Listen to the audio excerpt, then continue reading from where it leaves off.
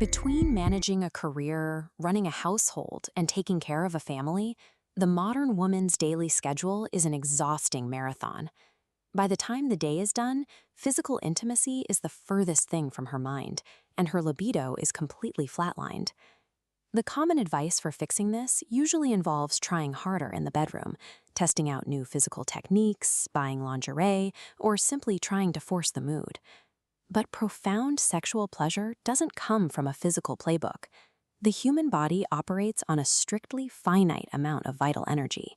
You only have a set amount of biological battery power to distribute across your daily physical and mental functions.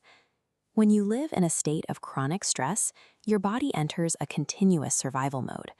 To keep your essential systems running, your brain instinctively starts borrowing energy from anywhere else it can find it. The very first resource it cuts off is your sexual energy. To experience deep, consistent pleasure, you don't need a new bedroom technique. You need a complete audit of your internal energy economy. This medical diagram shows the Limbic-Reticular Complex, or LRC, your brain's biological voltage regulator. It sits deep in the midline structures, filtering intense emotional impulses. Right here is the amygdala, your stress command center, constantly processing incoming emotional demands. Under chronic exhaustion, the LRC actually loses its ability to regulate those signals. Instead of filtering them out, it allows raw, unfiltered stress impulses to flood straight down into your internal organs, including the pelvic region. This diagram illustrates how we handle emotional pressure using 3 internal volcanoes. Look at the strong volcano on the right. This closed system represents a person who represses their own emotions simply to save their partner from discomfort. Compare that to an open system, where a person expresses emotions exactly as they happen. In an open system, a conflict isn't viewed as a threat to domestic peace. It is embraced as a healthy biological release of tension. Swallowing your daily stress to keep the household running smoothly doesn't make the stress disappear. It builds catastrophic internal pressure that physically suffocates your orgasmic potential. This animation demonstrates the concept of energy circularity. Every single interaction you have with your partner involves an exchange of vital energy. To maintain a healthy libido, that flow has to remain balanced.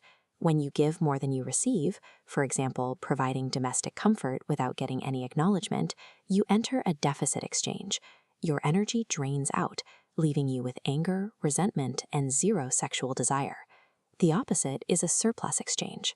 This happens when you receive more attention or energy than you feel you've earned, which breeds guilt. A woman in this dynamic often feels smothered by the unwanted attention and withdraws entirely. The most damaging imbalance is the parent-child trap. This occurs when a woman takes on the complete burden of the household, earning the income, managing the home, and raising the children. By doing it all, she becomes the only functioning adult in the relationship. When one partner takes on every responsibility, the other is inadvertently forced into the role of a dependent. In the eyes of your own psyche, you are no longer interacting with an equal partner. You are managing a child.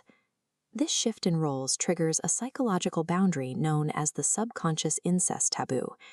The human brain is hardwired to inhibit sexual desire for anyone it perceives it is currently parenting. You cannot feel true libido for someone you are taking care of like a child. To restore your libido, the energy ledger must be rebalanced. Whether through clear feedback or dedicated pampering from your partner, you must reestablish your status as equal adults before your body will allow a sexual response.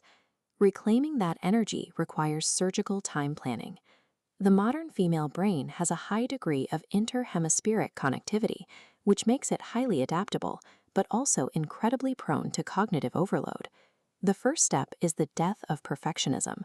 You have to accept that uniqueness is superior to perfection. Allowing yourself to be imperfect preserves massive energy you are wasting on invisible, everyday competition. Next, you need to ruthlessly eliminate the time vultures. Passively scrolling through social media can easily drain 2 to 3 hours of your day. Reclaim those hours entirely for your personal growth. This diagram shows the 45-15 cycle.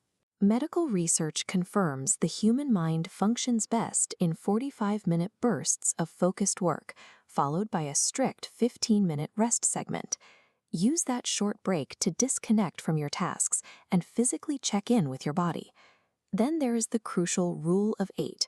Exactly 7 to 8 hours of uninterrupted sleep is your golden window. Anything less depletes your battery, and anything more induces metabolic stagnation. Finally, use the small steps methodology. Consistent pleasure is a massive goal, so break it down.